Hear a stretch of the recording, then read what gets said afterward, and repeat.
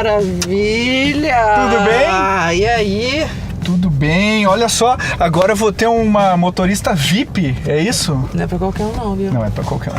Sabe como é que eu acho que a gente pode começar? Pronunciando o seu sobrenome. A pronúncia do meu sobrenome. Eu vou dar uma palestra, sempre o apresentador da palestra fala assim, eu tenho uma pergunta, eu já sei. Weingärtner. Weingärtner, Wein, vinho, Gärtner, jardineiro. Mas olha, tô muito feliz de você estar aqui, viu?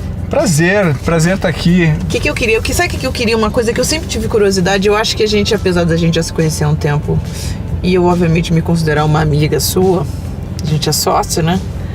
Mas eu queria saber como que você começou até você chegar a esse ex-Aceleratec. Legal. Bom, eu comecei a dar aula um pouquinho antes de vir para São Paulo, alguns anos antes de vir para São Paulo, e sempre no MBA. Graças a Deus nunca dei aula na graduação, porque eu não sei se eu ia suportar dar aula na graduação. No MBA eles já são bem jovens, na graduação não ia conseguir suportar. Mas Pedro, você relativamente, né? Você é novo, já dava aula para MBA. É muito interessante, eu comecei a dar aula aos 24 anos de idade. Uau, por quê? Porque depois que eu apresentei meu trabalho de conclusão, o meu coordenador na época, que era o André Arndt, né, se estiver ouvindo, um abraço, André, me falou, ô Pedro, não quer vir dar aula aqui na SPM? Deu, sobre o quê? Sobre o que eu não sei nada, eu sou um moleque. Ele não, sobre internet, meu trabalho de conclusão trabalhou muito com internet e tudo mais. E ele gostou, né? E aí eu comecei a dar aula aos 24 anos, completamente apavorado de entrar numa sala. Mas é um baita aprendizado, né? Nossa, foi o melhor aprendizado, assim, uma das coisas que assim, eu gastei no começo, né? Hoje eu falo investir, mas na época eu gastei muito tempo aprendendo, estudando. Legal. Bom, eu venho da área de serviços, né? Eu sou publicitário de formação e a gente começou a trabalhar, né? Eu entrei muito cedo numa empresa que estava começando como agência web. Lá no início da internet, em 97, e a gente começou a fazer serviços, começamos a mudar para tecnologia mesmo, começamos a trabalhar com Microsoft, enfim, integrar, né, aquelas suítes lá, fazer projetos maiores. E aí a gente cresceu, eu vim para São Paulo, abri o escritório da empresa. Ah, então você veio para São Paulo, eu pensei que você tivesse vindo já para ex-Aceleratec, agora esse. Não, foi para abrir esse escritório, vai fazer 15 anos que eu tô aqui em Sampa já, e recebemos um aporte capital lá em 2000. Uau, não sabia disso.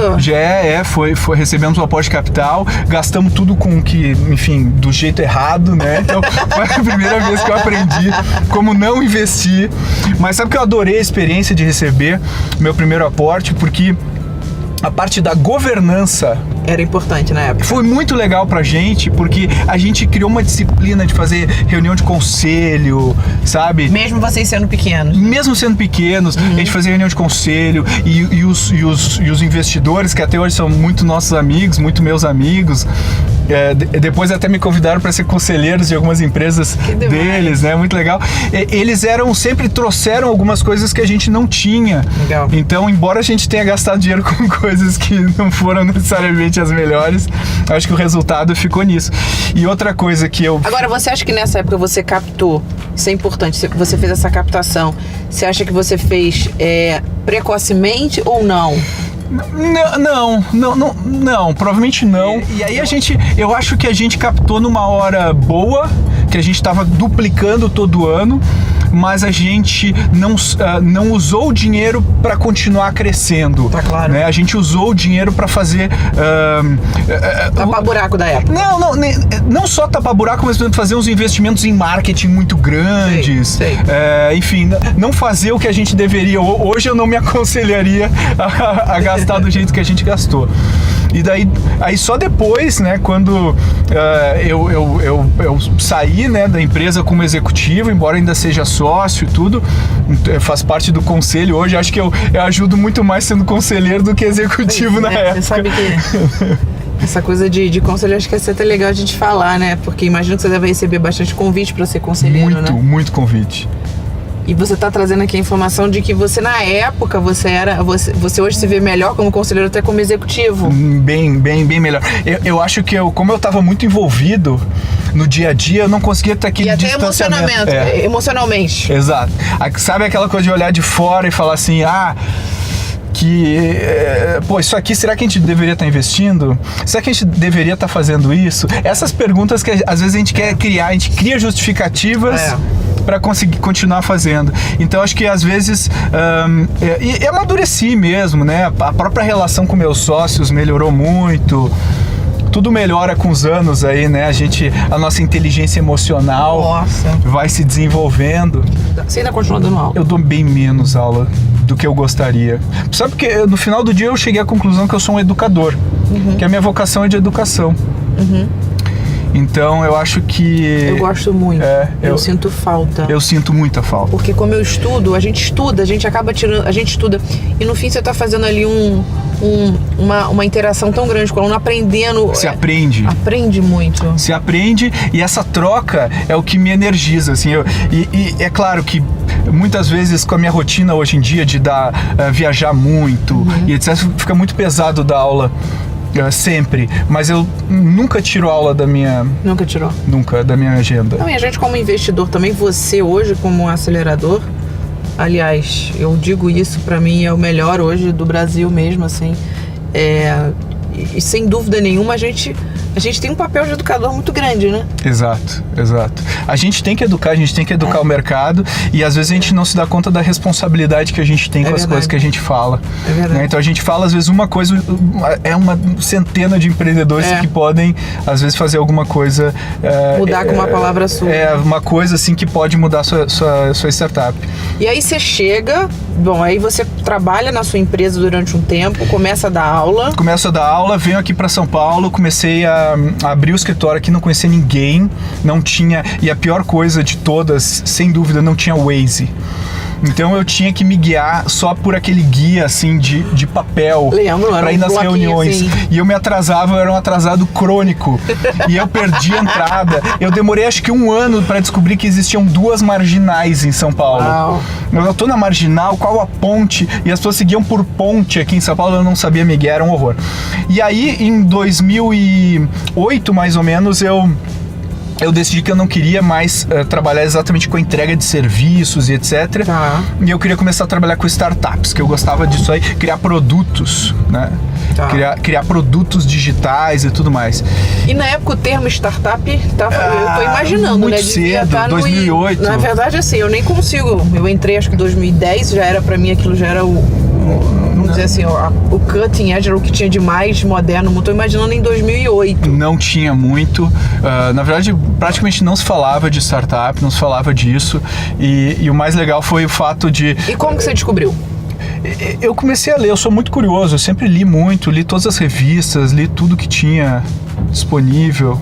A gente consegue perceber de uma forma muito clara que toda pessoa é bem-sucedida que não está atrelada a dinheiro, acho que é importante. Ele é um curioso nato. Curioso.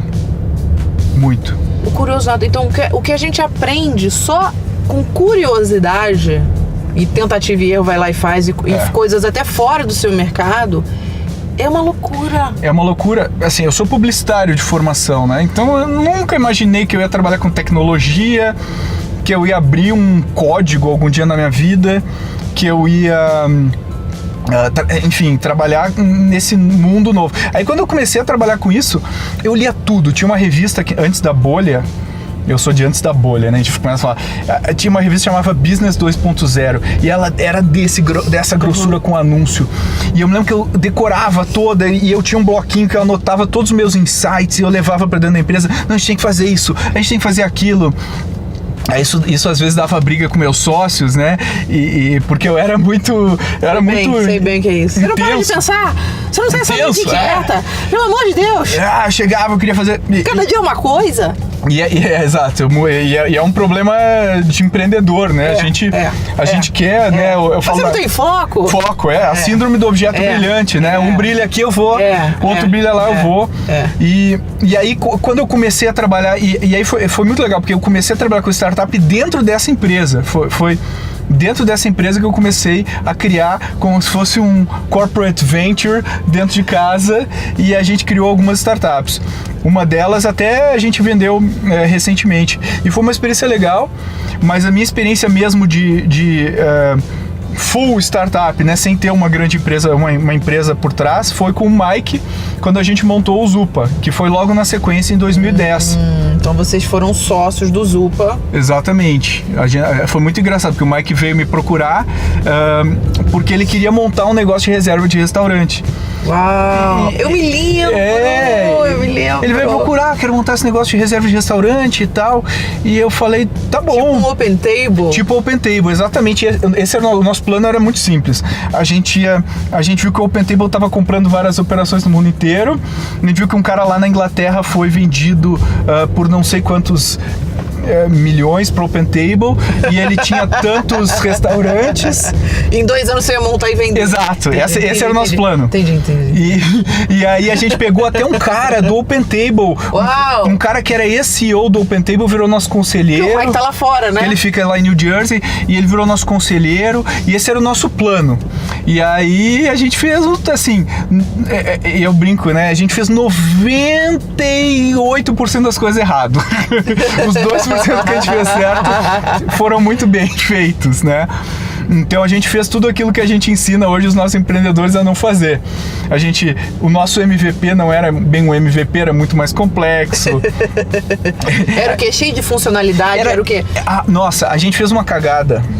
Não sei, posso falar palavrão? Pode, claro. Não, bom. A gente tá em casa aqui. Depois faz... Aí a gente fez uma cagada que foi, a gente achava que os caras, que os restaurantes, como eles não tinham internet, eles tinham que ter um client, eles tinham que ter um software instalado no computador deles. Porque a gente via os outros softwares de restaurante, de bater comanda. Era tudo no software mesmo, né? No computador. Daí a gente começou a pesquisar e viu, não, vamos fazer. E a gente passou meses desenvolvendo, gastando dinheiro, gastando tempo, energia, colocando um monte de funcionalidade. Ficou um negócio super completo. Sem nem validar na rua. A gente validou o conceito inicial, né? E aí foi um dos erros também, que a gente validou o conceito com 12 restaurantes, acho que era 12 ou 15 restaurantes. E aí todo mundo falou, nossa, muito legal, compraria certo. E daí a gente colocou um piloto, depois que a gente colocou esse trambolho, né, na mão deles, eles começaram a usar. E eles compraram? Não, e aí que tá, aí todo mundo, não, vou comprar, daí você usa por 3 meses, daí aí cobra, né, esse era o acordo, usa por 3 meses e eu te cobro. A gente colocou lá 3 meses, aí a gente emitiu as notas. Quantos tu acha que pagaram?